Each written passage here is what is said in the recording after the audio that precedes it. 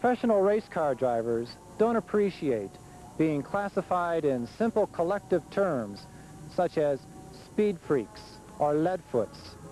Their goal is to control the high-speed testing environment of fifth gear. There's nothing reckless about it. If top speed was their sole desire, they would be at Bonneville Salt Flats rather than Kyalami road racing circuit, where the speeds and terrain vary from two tight 50-mile-an-hour second-gear corners to the mile-long straight, where F1 cars spend more than 20 seconds in fifth between 170 and 200 miles an hour. But when you talk to drivers about their life in fifth gear at above 170, they always get a special glow, revealing that sheer pleasure they all love from going that fast. It's an environment so uncommon to the body senses that all feelings and perceptions are pushed far beyond the normal maximum 100% level.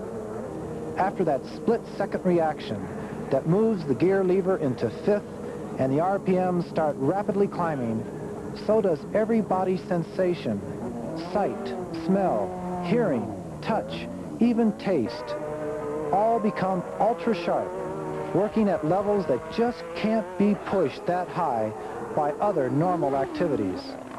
At 180 miles an hour, 1 second covers 264 feet. At 200, the length of a football field rockets past every second.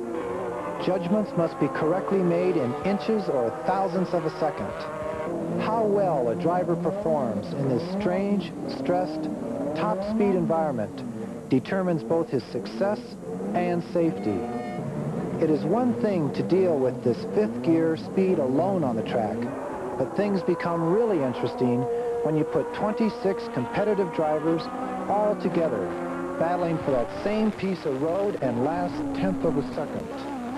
That is where race-winning talent shows through. We're with Derek Warwick, the #1 driver for the Tolman team. Derek, here at Kyalami, the Formula One cars spend more time in fifth gear at over 180 miles an hour than any other circuit. What is that like? Well, I mean, it's exciting because when you're going along the straight for such a long throttle opening in fifth gear, it's something like 20 seconds down here. Obviously, you've got time to think about everything the car is doing, the lap before, and it gives you a lot of feeling for the car, because when it's going down there and the engine's throbbing away, it makes you feel exactly what everything's doing, and it sort of excites everything you do. Your perceptions become 110, 120%. Yeah, that's right. Yeah, that's right. Now, is that an enjoyable thing to do alone, or but it must become a little complicated when there's 25 other cars doing it with you? Well, when you go down there with a lot of other cars, of course, it becomes actually more enjoyable, because when you're in the aerodynamic wake of another car, you then pull out and you try and overtake, and it makes it much more exciting, because, you know, you get down, you get the slipstream, and Jesus, you know, you go into the corner and you may have picked up 300 or 400 revs, so, you know, it's better. But at that speed, you're covering the length of a football field in 1 second. You must make those judgments in milliseconds and in inches almost. Yeah, in a way you don't really get a sense of speed, because you don't actually fixate your eye on a sign or a bridge or whatever, because you're concentrating on what the engine's doing, what the car's doing, the instruments, the lap before, how you can better the next lap, how you can pass the car in front. All that sort of thing goes on in a straightaway. Is that top speed, do you love it? And is that one of the reasons that you're here? Is that one of the reasons that you go racing? I suppose so, yes. It's speed, really. I mean, that's the reason I done Le Mans. I mean, at Le Mans you're doing speeds of 350 kilometers an hour, and it was something I had to do, I wanted to do, so I went over there and done it. I suppose it's the speed that really excites me, yeah.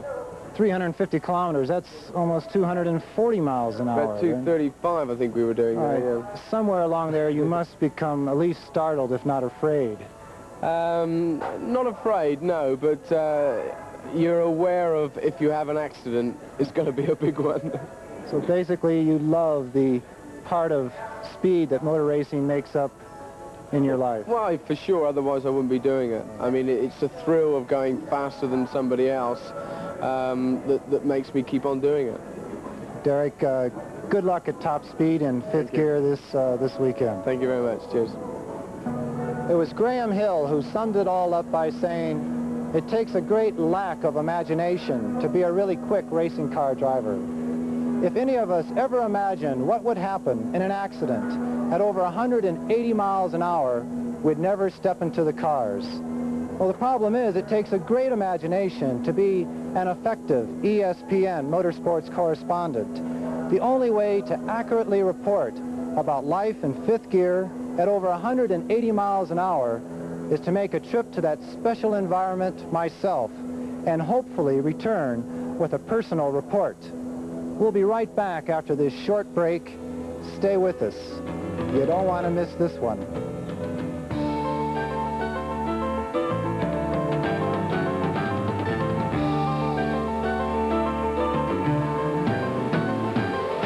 Tried with great difficulty to squeeze into the tight Benetton Tyrell chassis, two things were racing through my mind. First, was I capable of 180 miles per hour? Even though I'm a retired veteran of over 200 races, the last time I had 500 horsepower behind me in an open-wheel single-seater was in 1970. My last full season was in 1977. But the doubt was overwhelmed by the anticipation of what I knew that fifth gear environment would produce. Everybody's sensation pumping away at 120%. Once strapped in, my mind turned to only one thing, fulfilling a lifelong desire to drive a Formula One racing car and to once again enter that top speed world. Nothing else mattered. The risks involved were pushed to the back of my mind, trying to subdue that imagination that created this trial. Ken Tyrell was risking $250,000 worth of Formula One race car. And maybe even more. Every lap brought more security and cautious confidence. By the third tour, I was there, flat down in fifth for over 20 seconds, and every sensation going over the top. Well, home safely in the pits after spending 5 laps in the top speed environment here around Kyalami. It was unbelievable. The acceleration, first of all. My tongue was actually rolling back in my mouth because of the acceleration of the car. I physically had to hold it down. My eyes were being pulled back. I felt like someone on one of those jet sleds you see with their skin being wrinkled by the acceleration. But the top speed itself was the most special thing. You weren't only going down the road, but the end of the road was rushing towards you. It was a whole nother dimension of speed. And like I was hoping, the sensations were pushed above the 100% level. The vision was like turning up the bright control on your color television. Everything that was colorful was twice as colorful. The sound of the motor wasn't just a roar of an engine. You could actually hear the mechanics of it, the tappets up and down, valves opening and closing. It was unbelievable. Even the smell and the taste, to actually be able to smell the tires or even taste them as they go over your lips. It's incredible. Now, the feeling of it, you say race car drivers must feel it in the seat of their pants. Well, if they feel it there, they're about 2 seconds too late. You have to feel it in the end of your fingertips. And it's a remarkable sensation that speed pushes your perceptions to the limits that you become that alive. Maybe the only thing that comes close to it is snow skiing back in good old Breckenridge, Colorado, when you point the skis straight down the mountain and you're on the limit and your body has to go up to 100% or maybe even beyond to maintain stability, to maintain life. But there you're only with yourself in the mountain. Here you're with 500 horsepower and a machine that's trying to control you instead of you control it. The only disappointment was having to come in. I would still like to be out there and feeling that again. I want to thank Ken Tyrell and especially the Benetton Tyrell team for giving me this opportunity. And we certainly appreciate the fine cooperation of the people here at Kyalami Raceway for letting us do these 5 flying laps in 5th gear.